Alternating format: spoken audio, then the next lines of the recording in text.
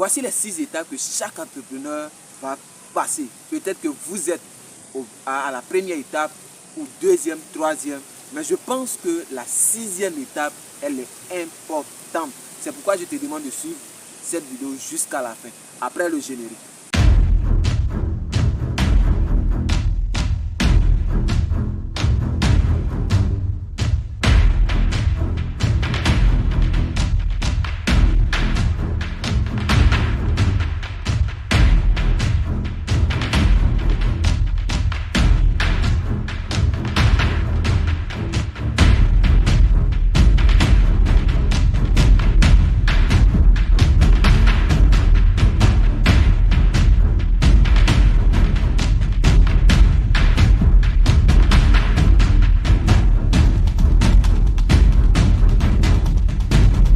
Salut à toi, jeune entrepreneur, j'espère que tu vas bien. C'est Monsieur Da, jeune entrepreneur. Ici, nous parlons d'entrepreneuriat, de mindset, de développement personnel et de business. Et donc, si toutes ces thématiques-là t'intéressent, il y a 2 choses que tu dois faire. La première, c'est de pouvoir t'abonner, activer la cloche de notification pour ne plus rater les vidéos qui sortiront prochainement. Et la seconde chose, c'est de pouvoir partage massivement, parce qu'il y a certaines personnes qui veulent abandonner, il y a d'autres qui veulent continuer, ils ne savent pas dans quelle étape se trouve. Dans cette vidéo, je vais te donner 6 étapes que chaque entrepreneur passe, ou chaque entrepreneur arrive à pouvoir faire. Et oui, ce que je vais donner, ce n'est pas une histoire de suite, mais si tu es entrepreneur, tu vas comprendre plus ou moins l'importance. Et la dernière étape là, moi je pense que elle est tellement importante qu'il faut suivre la vidéo jusqu'à la fin. Oui. La première étape d'un entrepreneur, c'est d'abord de pouvoir trouver l'idée. Oui. La première des choses qu'un entrepreneur passe, c'est de trouver l'idée. L'idée, elle peut être bonne, elle peut être mauvaise, peu importe le type d'idée, mais tu vas vouloir avoir une idée entrepreneuriale. Et donc, tu vas essayer. Quand tu vas essayer l'idée, tu peux échouer. Tout ça. Ça, c'est la première étape que chaque entrepreneur passe.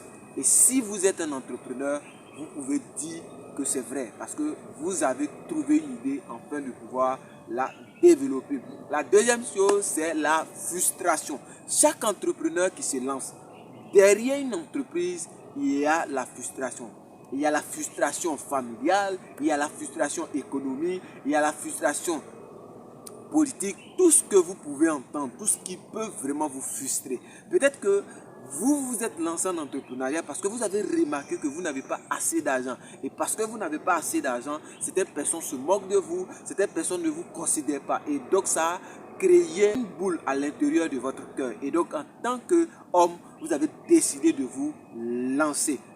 La troisième étape, c'est que vous allez être isolé des autres. Vous allez être incompris. Oui. Moi, ça m'est arrivé. Lorsque j'ai voulu me lancer en entrepreneuriat, il y a beaucoup de personnes qui se sont posé la question, mais continue tes diplômes, continue tes études. Quand tu vas avoir un bon diplôme, tu pourras avoir un bon poste. Ce n'est pas de leur faute. Certaines personnes le font parce qu'ils sont jaloux. Ces personnes-là, je les enlève. Mais il y a des personnes qui font cela parce qu'ils veulent te protéger. Ils font cela parce que la conception qu'ils ont eue du travail, c'est de pouvoir avoir un diplôme, aller déposer ton CV, aller passer un concours et puis par la suite, tu vas être rémunéré chaque fin du mois. Bon, ce n'est pas mauvais, mais je pense pour ma part que dans le monde dans lequel nous sommes en train d'évoluer, l'entrepreneuriat est l'une des meilleures solutions à pouvoir éradiquer le chômage. Et c'est pourquoi je me suis lancé. Je me suis lancé parce que j'estimais qu'il fallait que des personnes comme nous se lèvent pour créer des entreprises. Et c'est dans cette logique-là que je me suis lancé. Toi, tu as peut-être ta raison. Alors, écris dans les commentaires, qu'est-ce qui t'a poussé à te lancer en entrepreneuriat. Quatrième étape que chaque personne passe, c'est le financement. Vous avez eu l'idée, vous êtes frustré, vous voulez lancer, vous avez même déjà commencé.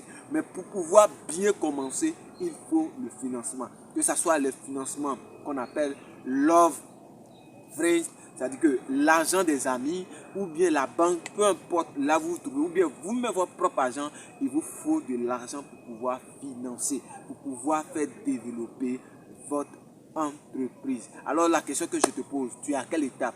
Est-ce que tu as besoin d'argent pour pouvoir vraiment financer ton projet? Est-ce que tu as besoin d'argent pour pouvoir faire accroître? Et oui, voici la 4. Et oui, voici la 5e étape. La 5e étape, c'est de pouvoir développer. C'est différent de financement. Vous pouvez avoir de l'argent, mais sans faire croître votre entreprise. Oui, il y a certaines personnes qui ont de l'argent, mais ils n'arrivent pas à faire croître l'entreprise. Parce que faire croître une entreprise ne dépend pas seulement de l'argent. Faire croître une entreprise ne dépend pas seulement de notre propre volonté. Il y a le système qui est en place, il y a la gestion humaine qui est là, il y a aussi les acteurs politiques qui peuvent vraiment participer au développement de votre entreprise, de votre business. Et donc, cette phase-là, elle est critique. Oui. Pourquoi? Parce que si vous ne faites pas attention, vous allez écouler. Et beaucoup de personnes, pour pouvoir dépasser cette étape-là, deviennent difficiles, échouent parfois. Et donc, il faut faire très attention lorsqu'il s'agit de faire croître son entreprise. En tant que jeune, en tant qu'entrepreneur, cette partie-là, elle est importante. Elle est vraiment importante pour un entrepreneur. Et la dernière partie, c'est-à-dire la 6e étape, c'est de pouvoir sauvegarder, pouvoir protéger son patrimoine. Parce qu'un entrepreneur a pour but de pouvoir laisser des héritages. Quand on dit héritage, ce n'est pas seulement pour les enfants, mais pour sa nation, pour les gens qui travaillent dans l'entreprise. Parce que si, après ta mort, l'entreprise détruit, alors vous n'avez pas construit quelque chose. Un entrepreneur a une vision à long terme, sur 30 ans, sur 40 ans, sur 50 ans, sur des décennies. Parce que le rôle d'un entrepreneur, c'est de pouvoir laisser sa marque. Et qui dit laisser sa marque, ce n'est pas de détruire une entreprise après sa mort. La plupart des entrepreneurs africains ont cette mentalité-là. Je crée mon entreprise aujourd'hui, j'arrive à gagner de l'argent, si je meurs, je m'en fous. Non, arrêtez cette pensée-là. Et d'ailleurs, c'est pour cette raison que vous remarquerez que bon nombre d'entreprises africaines échouent. Partage massivement parce qu'il y a certaines personnes qui veulent abandonner, il y a d'autres qui veulent continuer, ils ne savent pas dans quelle étape se trouvent.